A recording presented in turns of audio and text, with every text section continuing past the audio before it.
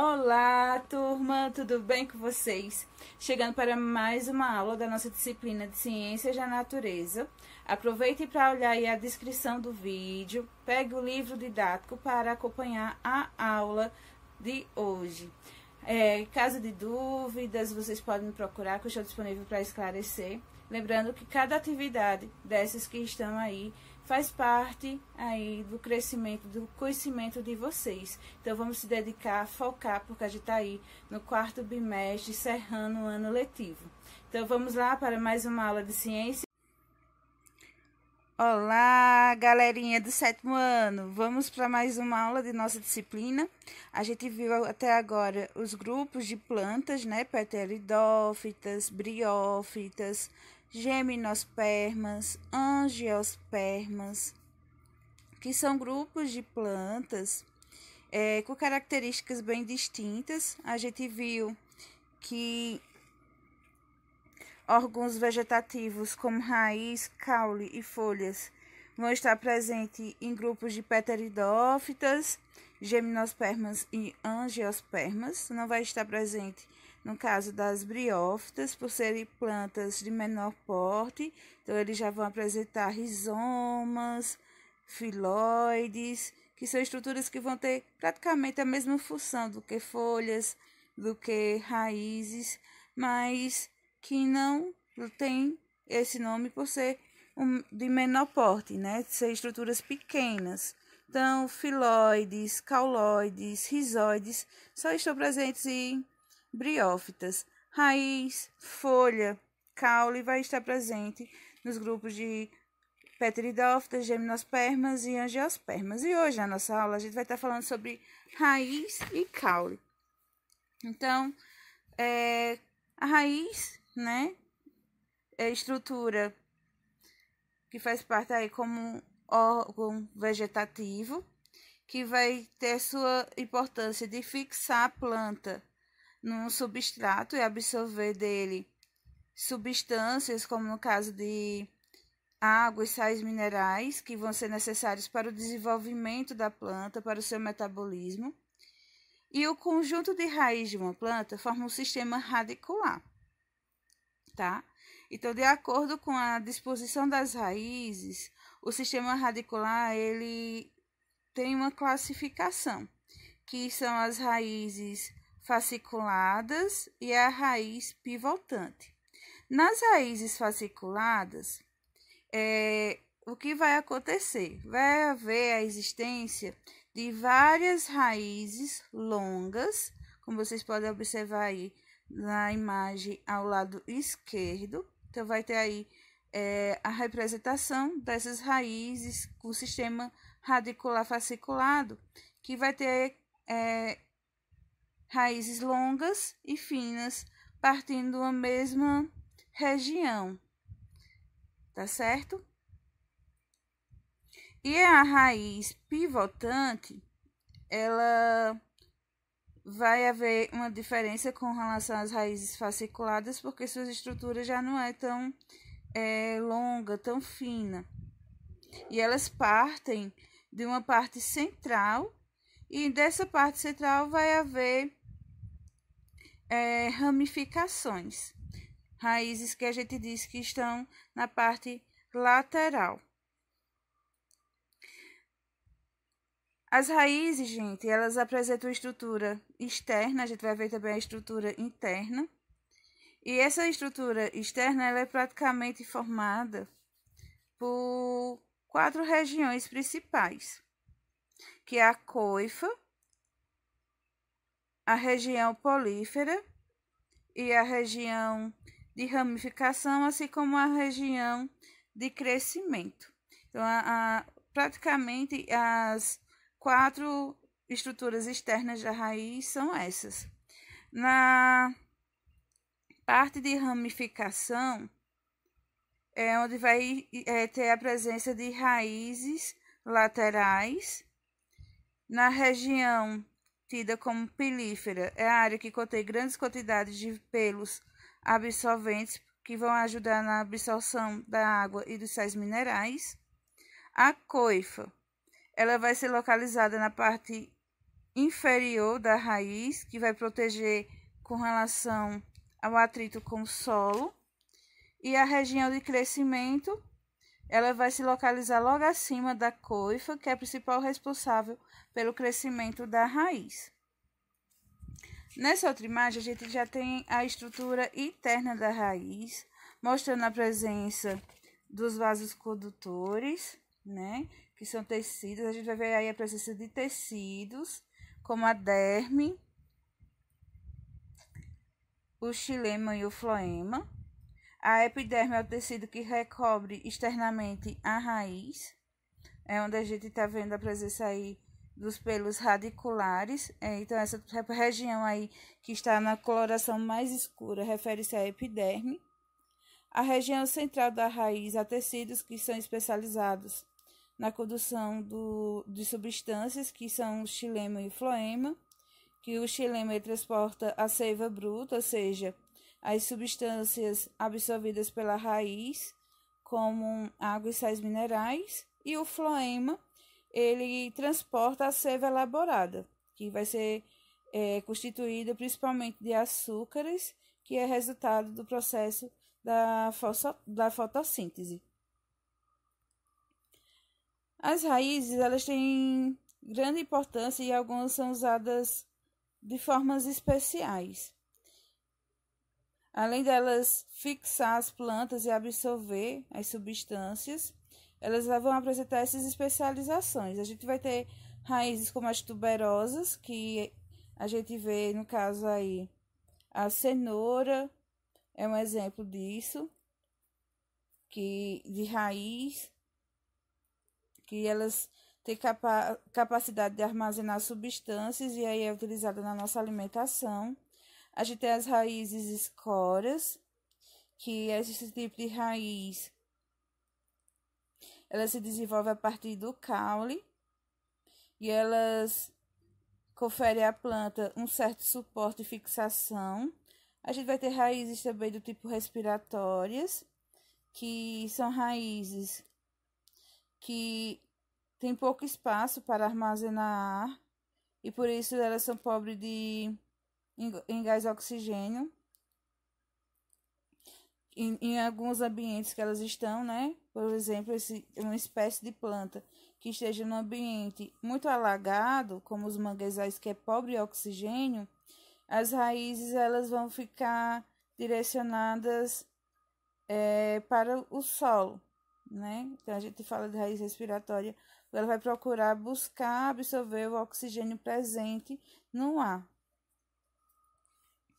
Quanto ao caule, o caule também é um órgão vegetativo que vai dar suporte a outros órgãos da planta, como folhas, flores e frutos. E o caule ele também ajuda e participa do processo de transporte de substâncias entre as partes de uma planta. Na maioria das plantas, o caule se desenvolve acima da superfície do solo, sendo por isso chamado de caule aéreo. E há vários tipos de caules aéreos, como o tipo tronco, que essa característica é de árvores e arbustos. Esse tipo de caule, em geral, é bastante resistente e apresenta ramificações formando galhos. A gente tem a haste, é um outro tipo de caule aéreo, que em determinadas espécies de pequeno porte, como a margarida, a gente vai ver que existe, assim como também em diversas plantas do nosso cotidiano. E a característica da haste, desse tipo de caule, é porque ele é fino, flexível e também tem coloração verde. Também temos o tipo de caule aéreo, que a gente chama de como. Esse tipo de caule a gente encontra marcados na cana-de-açúcar, que ela vai apresentar divisões bem marcadas. A gente vai ter o caule trepador, que logo mais a gente vai estar falando sobre ele, que é um caule que ele, para se desenvolver, para a planta se desenvolver, e ter um suporte, uma sustentação, ele vai se fixando a paredes, a outras plantas, por ser também bastante flexível. Aqui a gente tá vendo a estrutura externa do caule, né? E a gente pode identificar 4 regiões principais, que é a gema apical, que ela se localiza na extremidade superior do caule. E ela é formada principalmente por meristema. Os nós, né? A gente tá vendo aí a presença dos nós. São regiões do caule onde as folhas estão inseridas. Então, praticamente aí vai ter a presença de 3 nó, né? Onde as folhas vão estar inseridas. As gemas localizam-se na região dos nós. Elas também são formadas principalmente por meristema. A alta taxa de divisão celular desse tecido pode originar ramos laterais e folhas. A estrutura interna do caule, como vocês estão vendo aí na imagem, ela varia de acordo com a espécie de planta e a região também do caule. Nessa ilustração, a gente pode perceber a questão da periderme, que é o tecido que reveste externamente o caule, essa parte amarronzada. Assim como na raiz, o caule apresenta tecidos relacionados ao transporte de substâncias, como o floema e o floema e o xilema. O floema ele vai se encontrar na parte mais externa e o xilema na parte mais localizada perto da periderme. E a região mais interna do caule é o cene, que aí tá dado como nome de medula. E os caules, assim como as raízes, pessoal, eles têm funções especiais, que está além de ligado à condução de substância para partes da planta, como folhas. Existem algumas espécies de caule que apresentam modificações que lhe permitem desempenhar outras funções, como armazenamento de substância, proteção da planta e a realização até mesmo da fotossíntese. Vocês podem estar vendo no livro de vocês, na página 247, alguns tipos de caules, como o gengibre, a batatinha, a cebola, que são exemplos, cada um desses, de caule. A gente às vezes pensa porque vamos dizer assim, a parte que armazena a substância está enterrada, que seria tipo uma raiz, mas na verdade são caules. Então, a cebola é um exemplo de bulbo, que essa estrutura é formada por pequena porção de caule subterrâneo, envolvido por folhas modificadas. A gente tem a batata inglesa, que é um tubérculo, que caracteriza por ter um crescimento limitado e por muitas vezes ter esse formato arredondado, né? A gente tem a gengibre, que é um exemplo de rizoma. E esse tipo de caule, ele tem a característica de crescer na horizontal, próximo à superfície.